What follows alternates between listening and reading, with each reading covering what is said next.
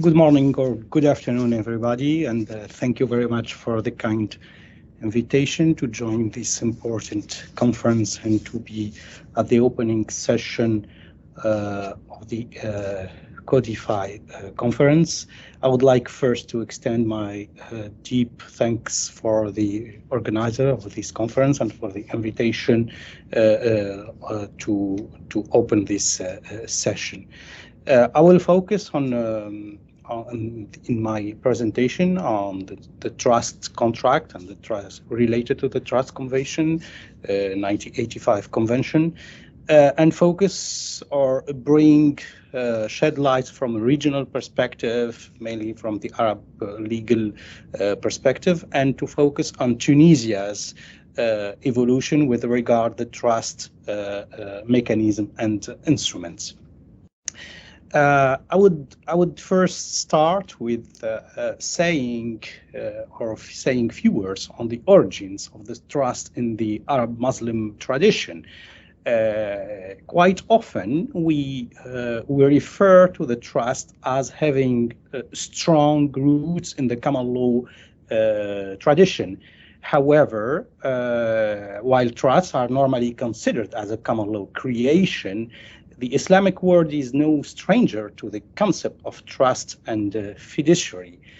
In earlier medieval times, in the 7th to 9th century, the concept of charitable trusts, or as we call them in the Middle East, waqf, were already developed in the Islamic and the broad, let's say, Arab world. Every trust, or waqf again, or what like in the Maghreb we call them also habus, was required to have a waqif, a founder, mutawallis, trustee, and a qadi, a judge, and beneficiaries, fitting essentially this institution, the waqf or the habus, essentially the same roles as the settler, the trustees, and beneficiary in common law trusts. This is a practice that dates to the early generations of the Islam and is still practiced today in many Muslim majority countries. The Waqf institution and this historical perspective to make a parallel with the trust or between the trust and the Waqf is very important to understand how we can implement and develop the trust institution in the Arab world. Waqf is an endowment by which a person or a group of persons donate a portion of their salary, profit, or agricultural production to a trust, which would be managed in perpetuity to support poor people and the community. A social support network that was derived from the people, but organized, audited, and managed by the authorities. This is the structure and the essence of the Waqf-like institution. As with their common law equivalents, specifically the trust, property was placed into the Waqf by its founder, and that property was reserved for the benefit of specially designated individuals or for general charitable purposes. One important distinction is to mention is that the assets of the Waqf must revert to wholly charitable purposes once the object of the trust ceases. In Tunisia particularly, Waqf was an instrument by which a man or a woman gives away in perpetuity a portion of their private property. The administration of the Waqf's affair is managed by an individual designated by the founder of the Waqf at the time of the foundation establishment, so that the Waqf will continue to function after the death of the person who established. However, the Waqf, or as I mentioned in the beginning of my presentation, it is called in the Maghreb also habus. The Waqf system was abolished in Tunisia after the independence, and Morocco as well, right in the aftermath of the independence. The habus presented such a disadvantage of immobility that many means were used to turn the rule of inalienability around. In 56, and later in 1967 of the past century, of course, 2 decrees from the Tunisian government prohibited in the future the constitution of private habas or waqf and mixed habas, whether private or public. And later they made the creation of public habas subject to administrative authorization and laid down the rules for the redistribution of dissolved habas property among the living devotees. These new arrangements made public habas secularized and incorporated them essentially into the patrimony of the state. These reforms made it possible to return to the sources of Muslim law while meeting the requirement of modern life. Is Waqf a trust-like institution? As I mentioned, Waqf institutions were dissolved in the aftermath of the country's independence in 1956. The rule of trusts, however, we can say that it is implicit in Article 1205 of the Code of Obligations and Contracts, which is the equivalent of the French Civil Code. I say the equivalent not literally, but in terms of designation as this code regulates civil relationship. This article provides that the manager may take charge of the affairs of other persons, provided that he keeps them separate from each other. So we can see that there is an approximation of the trust institution. However, the scope of this rule is undecided. It is a simple rule of accounting law, the referred Article 1205 of the Civil Code, in the sense that the manager must keep separate accounts for the different business operation he undertakes on behalf of his principals. But it is not said, and we cannot confirm that it is a true patrimony assignment or assignment of patrimony as it is specific in the Trust Convention. I would like now to move on ways of introduction of trust law from some examples in the Arab region. We have mainly, when we made our comparison and analysis of the Arab experiences or legal frameworks, we have pointed out 3 main options. Option one is the introduction through a direct incorporation of trust laws. Option 2, introduction through other wealth structuring solutions, and option 3, through laws that generate a similar effect to trust institution. Option 1, direct incorporation of trust laws. We can refer here of the use of trusts for assets protection as it is mentioned, or we can draw some lessons from the United Arab Emirates experience with the federal decree established in 2004 to establish a trust law within the Dubai International Financial Center, and then later in 2005, the trust law. And technically, we can say that this experience is a reincorporation of the trust into local law based on common law.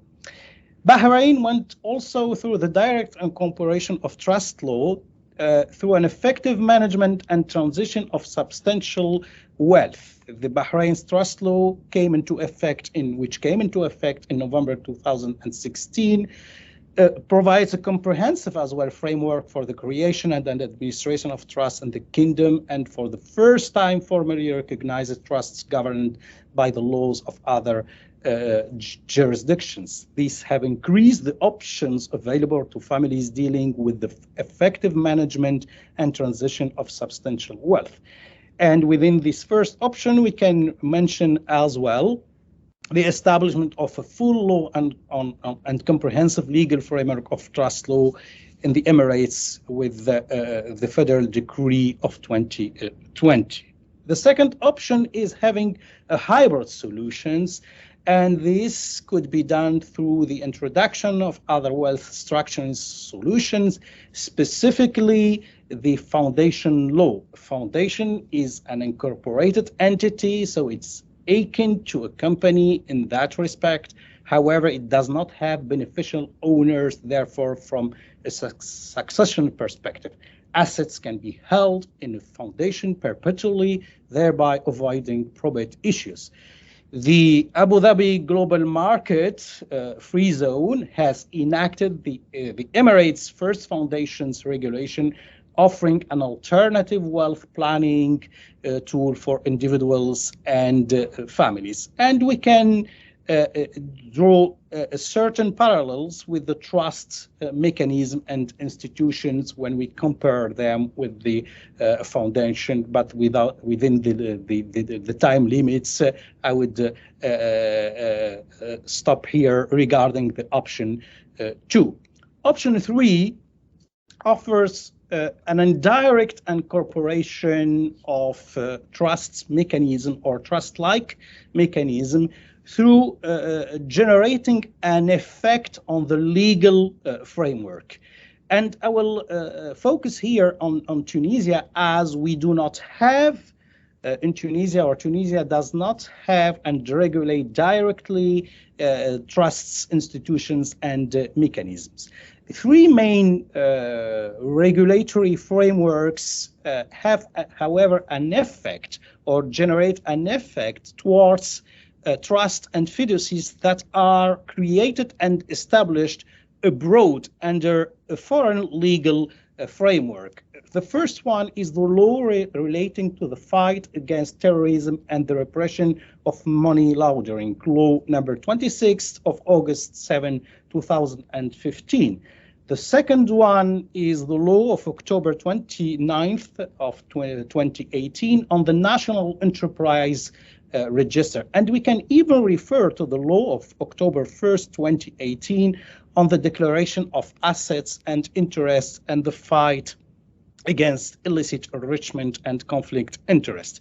The first law, the law of 2018 on the declaration of assets and interest and the fight against illicit enrichment and conflict of interest, enshrines this law certain provisions relevant to company law, mainly Articles 17, 18, and 20.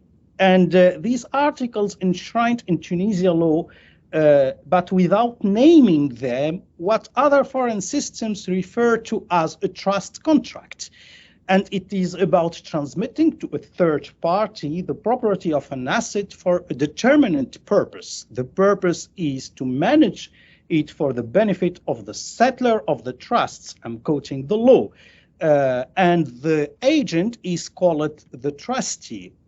The other legal framework, let's say, related to anti-terrorism activities and money laundering is the decision of the Tunisian Financial Analysis Commission number 2703, dated on March 2nd, 27.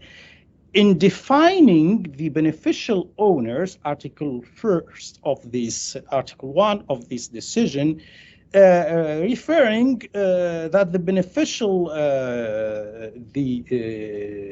owners, and the law has to verify the identity of the beneficial owner, in particularly by consulting relevant information or data obtained from reliable sources, so they are satisfied that they have correctly identified the beneficial owner. And the measures shall be taken when there is a business relationship or occasional transaction or a suspicion of money laundering or financing terrorism.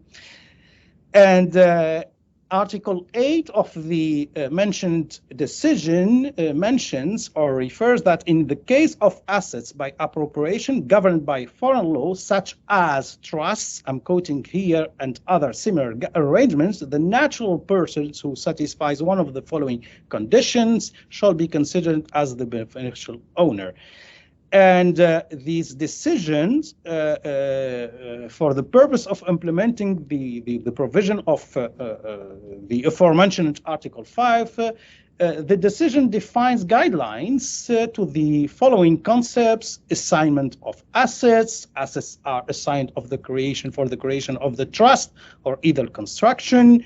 Trust and similar legal arrangement is defined as the operation whereby one or more settlers transfer property, rights, or security, or a set of property, rights, or securities, either in the present or future, to one or more trustees who are keeping them separate from their own assets and act for a specific purpose for the benefit of one or more beneficiaries, and refers also to other similar legal constructions that operate at the same model, such as al-waqf or al-habs. Again, I'm quoting that decision, are also included in the category of assets by appropriation under foreign law. So here, this decision creates points of contacts with the other legal jurisdictions through the institutions, specific institutions of trusts, waqf, and habs.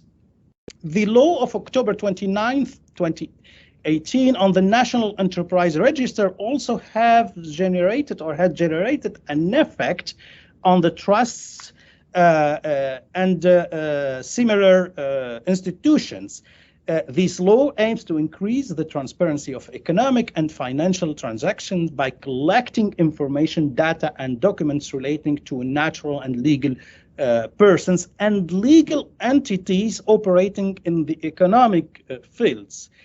And this law envisaged trust and fiduciaries through the obligation of registration in the National Register of Companies, the RNE, Registre National des Entreprises, and it includes trust and fiduciary among the legal category of legal arrangements, which defines it as a trust and any other, or refer to them as a trust and any other similar legal arrangements, and defines what does it mean by these transaction by which a person transfers present or future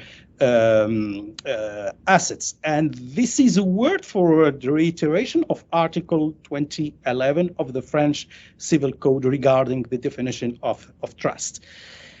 The other law referring to, in an indirect way, to the trusts and fiduciary is the law of October 1st, 2018 on the declaration of assets and interests and the fight against illicit enrichment and conflict of interest. As I mentioned before, these are Articles 17, 18, and 20, enshrine certain provision to company law. Article 17 is, for instance, which prohibits a politician from being a member of a deliberative assembly, finds its meaning in the obligation for him to transfer the ownership of his securities through a fiduciary. Article 18 expands its scope to the private companies who hold a third-party manager, and therefore it is not simple to transfer the prerogative of a partner or shareholder, but to transfer the ownership of the equities and securities. The trust agreement in all these usages is optional and remains optional, and the instrument of financial policy for settler becomes, by virtue of Article 18, mandatory. And this law sets a number of standards for the operations that could be assimilated or constitute a trust mechanism. And the solution adopted by Tunisian law with regard this specific example is close to that enshrined in Canadian law in the legislation establishing conflict of interest and post-employment rules for public office. And this by controlling the assets through deposit into blind trust, what we call a blind trust, or say to a third party with whom or she is dealing, extending the potential of this financial transaction. The solution enshrined in this law, and mainly in Article 18, is a good one from a Tunisian perspective. It can be improved by a regulation that defines its condition and implementation. We must be aware, however, of the difference in nature between the free establishment of a trust and one made mandatory by statute. And it is in one of our recommendation is it is important to provide for legal rules stating that the trust patrimony is a patrimony distinct from the trustee own patrimony. Therefore, a legislative intervention is necessary to establish framework for the trust agreement, whether in private law, accounting law, or a tax law, given the lack of regulations of trust regulation in Tunisia. Finally, a comparison with other countries shows that the Tunisian legal framework is enough and sufficient in terms of sponsorship and the creation of foundations. A plan in favor of patronage and foundation is therefore necessary. A new regulatory regime, legal framework should address many of these practical implementation issues, among other things, the creation of and rules applicable to the trust register, how a trustee can become licensed to provide trustee services, clarity on trustee duties, and last but not least, a special provision around charitable trust, pension trust, and investment trusts. Those were the main and salient ideas with regard to the trust mechanism in institution and the point of contact with foreign legal frameworks. Thank you once again. Thank you very much for this highly appreciated opportunity to share these views. And within the remaining time, I would be very happy to take any of your questions or provide a clarification on the points that I have gone through this presentation. Thank you very much.